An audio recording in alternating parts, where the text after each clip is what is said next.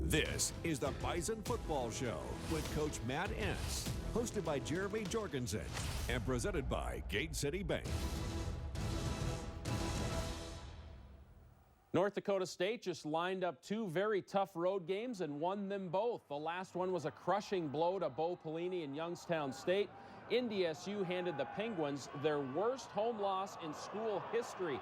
The Bison are rolling along at 9-0. Here to discuss it, head coach Matt Entz, and congratulations to you and your staff. Two tough road games in a row. Sometimes that's hard to navigate. The back end is a night game, which always gets you out of routine a little bit. The guys handled it well, didn't they? They did. This last week, we kind of took a different philosophy with the night game and addressed it early in the week. And maybe it was gamesmanship with Youngstown trying to make us play at night, but we identified that we needed to stay awake. We needed to stay in the game plan all day on Saturday. We did some things differently with our schedule, and I thought our kids really responded well. We had a lot of energy on the sideline Saturday evening. Youngstown's always been a tough opponent as well, and at their place, they always play very well, don't they?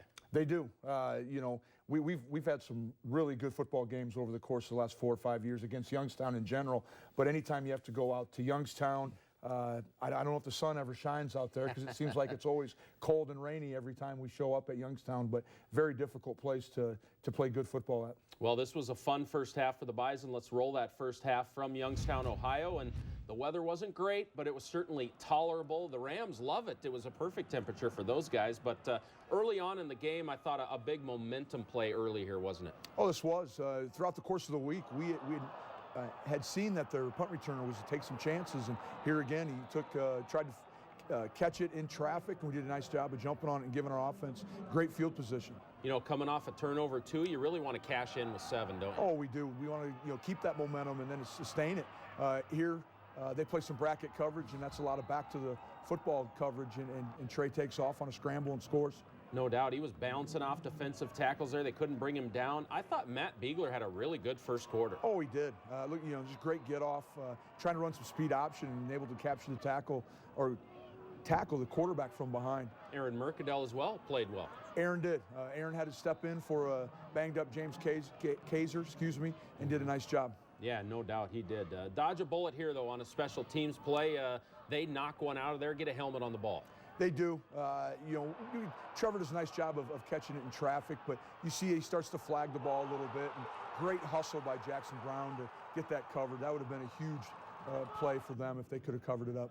You have to love the quarterback run, how they block at the Rams up front. They do. This was a little pass action run. We showed pass, and once we saw the bracket coverage, Trey had the option of taking off on the draw look. This throw, 55 yards in the air, I counted. It's a spiral, cold night, in stride. What an amazing throw. Kid has a big arm. He trusts his receivers. And, I know those two always joke, and Christian always tells him, you can't overthrow me. Yeah, that was an unbelievable throw by Trey Lance. And this is a sad moment right here. This is an injury to Nathan Mays. We want to pay tribute to this kid. He's a tough kid, had a great career at Youngstown. This is a career-ending injury for him. It was a sad situation. Oh, it was. It makes you sick to see career-ending injuries, especially to a senior who's trying to go out on top. Yep, tough kid, so tip of the cap to him. I thought Phoenix Sproles had a really nice game. Oh, he did, and I think you got to look at the throw. On the money, only where Phoenix could catch it. How about extending plays by Trey Lance? That's Justice Reed right there. Right. You don't coach that. That's just God-given ability to break tackles, and maybe that's part of Coach Kramer's workout system there. That was one of the best DNs in the nation that he got away from there. How about Jabril Cox in space? Does a great job closing in, sound tackle. That was on a 2nd and long, forcing him into a 3rd down. Ty Brooks, the spin move, he's perfecting it. Yeah, I'm sure he'll catch some grief from the guys when we watch film.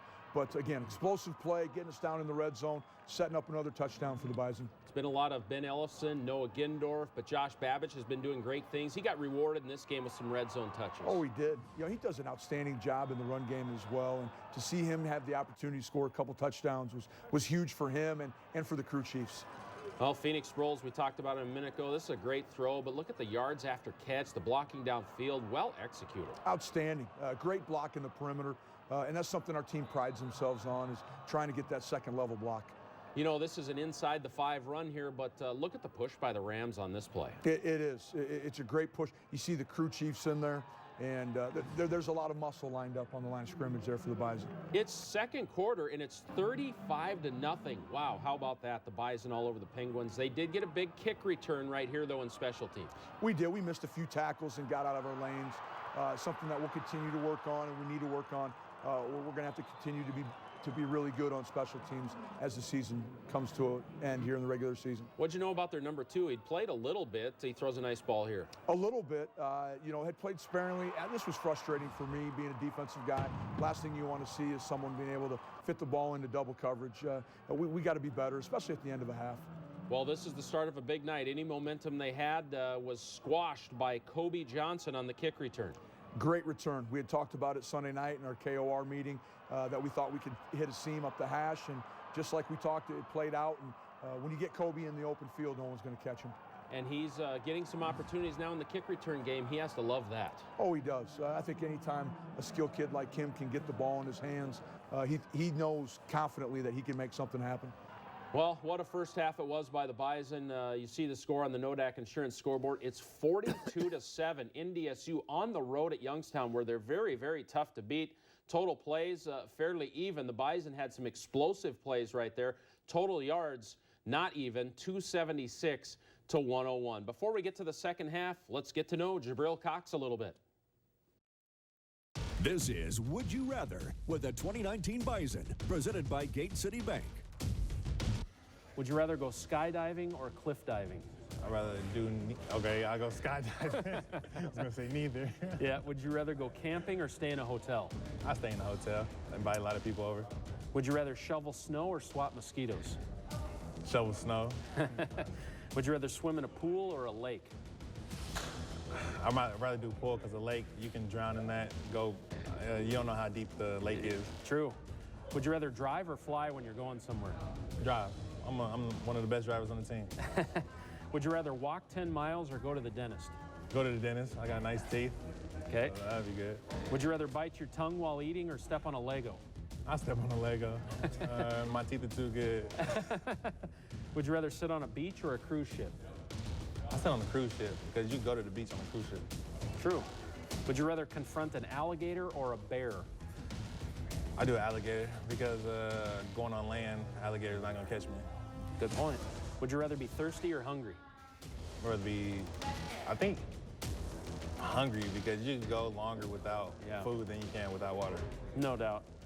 Would you rather watch a movie at home or go to the theater? I go to the theater. That's just a different experience. Would you rather drink coffee or juice in the morning? Juice. Even though after I brush my teeth, but still juice. Would you rather eat candy corn or cotton candy? Candy corn. I like candy corn. Yeah. Would you rather own a fancy house or a fancy vehicle? Fancy house, because if you got a vehicle, where you going to stay? Good point. Yeah. Coach, what's the message when you're up 42-7 at halftime? Well, I kind of stole a line from some of the captains before the game, and they talked about playing a full 60 minutes. And so I just kind of reminded, hey, this is what the leaders in the locker room talked about, was playing a full 60 minutes. So we still have 30 left. And let's not get comfortable. Let's not get complacent. Let's not forget all the things that we did through the course of the week that allowed us to get to this point. Yeah, no doubt. Let's roll the second half. And Youngstown came out with a little wrinkle. They went to their third quarterback, who's a kid who's played 2 games. He's the Ohio Player of the Year. He's a true freshman. I think he's the future at the position for Youngstown State. He is. He did a nice job coming out there. We had seen him probably a half dozen snaps earlier in the year. He had played in 2 games. A lot of run game with him, and that's kind of what they decided their MO was going to be in the second half here. Yeah, this kid can run it, so this is a 23-yard gain. He can throw it as well. He threw for over 10,000 yards in Ohio high school football, so he has some talent, doesn't he? He does. He does. And did a nice job of taking him on a drive here down the field against our ones. And nice play here by Dawson Weber, who had to come in and played the majority of the second half. We took James Hendricks out once we got up 42-7 and got some younger guys a lot of reps yesterday, which was critical. Hey, they only got 3 out of it. That's always big. It is. Red zone defense, keep people out of the end zone. You're going to have your opportunity to win a lot of games. Coby Johnson, north and south, he really slithers through that hole. Great eyesight, huh? He does. Great blocking up front by the Rams and the crew chiefs. And then again, as I mentioned earlier, you get him in the open field. There's going to be very, very few people that can catch him. Yeah, 49-10. He's got great top-end speed. Code Green giving Youngstown State no breathing room at all in this football game. No, another, Cole Cars, Spencer Wagey, tackle for -6. Great play by those guys. Aaron Mercadell and Logan McCormick both active as well. We brought a little pressure off the tight end side, and it's always fun to see those guys meet at the quarterback. So we were able to get Zeb Noland in, get him some reps, and I thought a great moment. The kids were excited, and he makes a couple nice plays here. He can throw the football. Jeremy, the value of having a backup of Zeb's ability athletically, but also from a leadership standpoint, is you can't measure it. And I know our kids love Zeb. It's almost as if he's been here his whole career. And I think that says a lot about what type of person he is. Yeah, no doubt. Fourth quarter now. It was really good to see Dimitri Williams get in the end zone a few times, get some positivity and an explosive play here. Yeah, for the number of games that he was missed early in the year with an injury or a nagging injury, to see him having success at the end of his senior season is big time for our offense. Now you have some backups in defensively, and this young true freshman quarterback for Youngstown, who is a dual threat. It's a nice test to get them out there against a kid like that, isn't it? Oh, it's great. Anytime you can get your young kids under the lights and get them some more reps and development, and just experience is always critical, and game experience is even more valuable than practice. Jake Cava is a name we've mentioned a little bit lately. Jake continues to develop as a defensive end, and really excited about where he's at. He's put on about 20 pounds already, and really Coach Buda Williams is doing an outstanding job. You see some athleticism here from the Mark Wade. Yep, a little bit of a busted run fit for the Bison, but they did a nice job moving the ball down the field. Lane Tucker, Gillette, Wyoming, he's been making some nice plays when he gets in there and gets some opportunity. He has, and this was good. Again, another redshirt freshman getting out there and being able to make some plays for us, and does a nice job finishing on the quarterback. What do you think of the talented true freshman linebacker Luke Wirtz? He's come. He's going to be a really good one for us right now. We're throwing a lot at him. He's getting a ton of reps every day. I don't know if he's experienced having game plans like we've had over the course of his career, but he's doing a nice job. Yeah, it's fun to watch him play, especially on special teams as well. 56-17, worst home loss in the history of Youngstown State football. Total yards 447 to 278. Rushing yards 251, 173. That's on our Nodak Insurance scoreboard. Let's hear what the players had to say after the game. Yeah, we weren't even focused about what happened last week. We knew we had to go 1-0 this week, and then just everybody come together and bond as brothers. Playing away games is fun for me. Just being in front of their home crowd just gets me pumped up a little bit more. Playing at home is great too, but against these away games are just amazing. 3 and out obviously is not how we want to ever start a game. So, obviously getting the ball back on the +40 or whatever it was, we get the ball in that situation to start a drive, we're thinking we got to score a touchdown. And especially coming off the 3 and out, it's big for us. Trey just put up in a perfect spot where only I could get it over a smaller defender, and I just got up and made the play. The guys made more plays in the last few weeks. I threw a couple better balls, obviously, than the last few weeks. So I think we were a little frustrated, came in maybe with a chip on our shoulder. A lot of energy, which was just a lot of fun. Yeah, it was great energy by the players. Hey, last week Coby Johnson did not play at South Dakota State. The week off benefited the young true freshman. He came out with a vengeance in Youngstown, Ohio. The player of the game, presented by Nodak Insurance Company. The Bison are known for explosive plays. Coby showed all of the tools on this 75-yard run in the third quarter. He has great awareness in traffic, and the young man has some top-end speed. And for the first time all year, Coby was back to receive kickoffs. And guess what? He took one of those to the house as well. 96-yard kickoff return. The true freshman had 241 all-purpose yards. And yes, he was motivated by the week off. I felt like I had to come out here and just play my hardest. Not playing last week was kind of tough on me, but it was for a reason. Team still got the win, so I always got to be happy and excited about that. But my mindset coming out this weekend was prove myself, come out here and just play hard at all times. What do you like about him in kick return? Well, he's an explosive athlete back there and has great hands. And I think we're only scratching the surface of what Coby Johnson's going to provide to the Bison over the course of his career. But did an outstanding job. He continues to learn the playbook, expanding his knowledge, and his roles expand with that. Let's get to know more about the process with Coby Johnson. He's from Georgia, but he's putting up great numbers. He got 453 yards on the season, 4 touchdowns. How did you get the kid out of Georgia? How'd you find him? Well, we probably didn't actually find him until January. And Coach Buda Williams has some connections down there. Of course, Zeb Nolan's down there, whose dad's a high school football coach. We have some other close connections in the high school world. And they turned us on to this young man at a high school that was relatively new, didn't have football for very many years, or hasn't had a great tradition of football. And we found this young man who's outstanding track athlete as well, was a 10,500 meter time, which up here in the Midwest is easily state championship type of time. Yeah, that's great stuff. Zeb Nolan, I want to tip my cap to him. He's doing a great job, played well in this game. I thought it was really cool when he went in the game. It completes this pass right here. Everyone on the sideline was up. It was late in the game. The game was in hand. Everyone was cheering for Zeb. There's a lot of fans of Zeb on the football team, and he's come in, and it's been a seamless transition from his transfer from Iowa State to the Bison, and he's a critical part of our success here at NDSU. Yeah, no doubt about it. It was great to see him get out and get in the game and have some fun out there. Penalties, Coach, 9 2 weeks ago, 10 at South Dakota State, but 1 in this football game. I thought that was awesome job by you and your staff to get the guys to clean it up a little bit, and it has to be good to see that 1 up there. Well, definitely, it's reassuring to know that you get what you emphasize during the course of the week, and we needed to have more composure.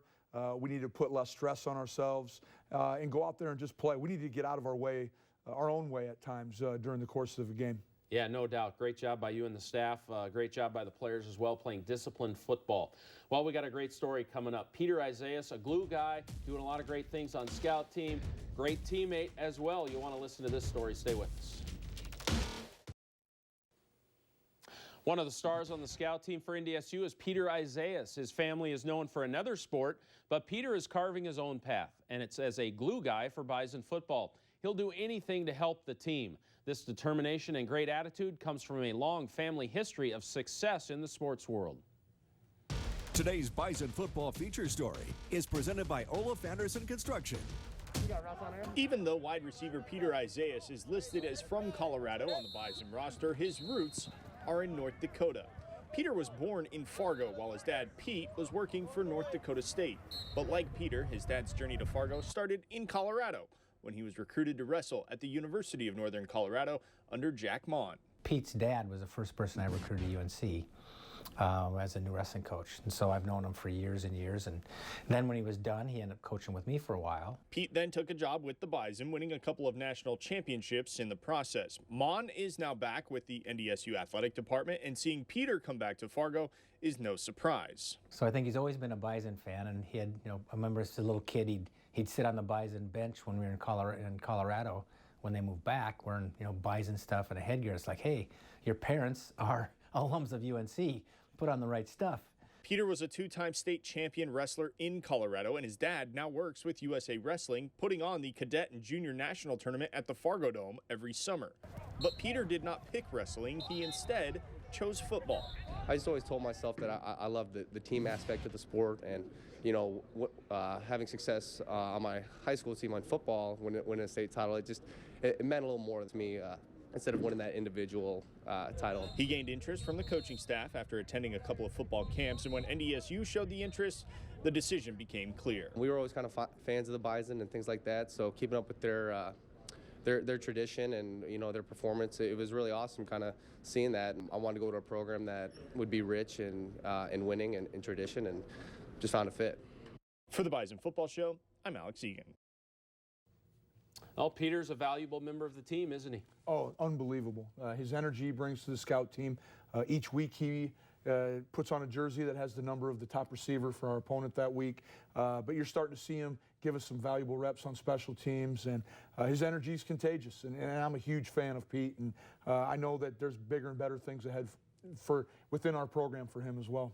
Yep, great family as well. Hey, it's tough to play as a true freshman on the offensive line, so this week in our Look to the Future, we check in on one of the talented and developing offensive linemen in this recruiting class. The future crop of Bison, presented by Peterson Farms Seed. Jake Rock is a young man who appreciates being a part of the Bison. He has great perspective, and he also has a body that is transforming into that classic Ram look. Rock is now up over 280. But most importantly, he is not losing an opportunity to learn everything he can from the veterans up front, Zach Johnson and Dylan Radens. if we're doing specific position drills, I'm just watching their feet constantly and just watching the way they move, trying to mimic their movements. And it's just so quick and so repetitive with what they do. It's unbelievable to see guys their size move that way. Jake Rock has a good attitude, and he also has a nice future. Oh, he's going to be he's going to be one of those Rams we talk about here in the next 3-4 years. He's a special athlete, kid who has great understanding of the game. Most important, he wants to be really good. Yeah. You see that every day. He takes coaching. He wants the details. He wants to know everything about it.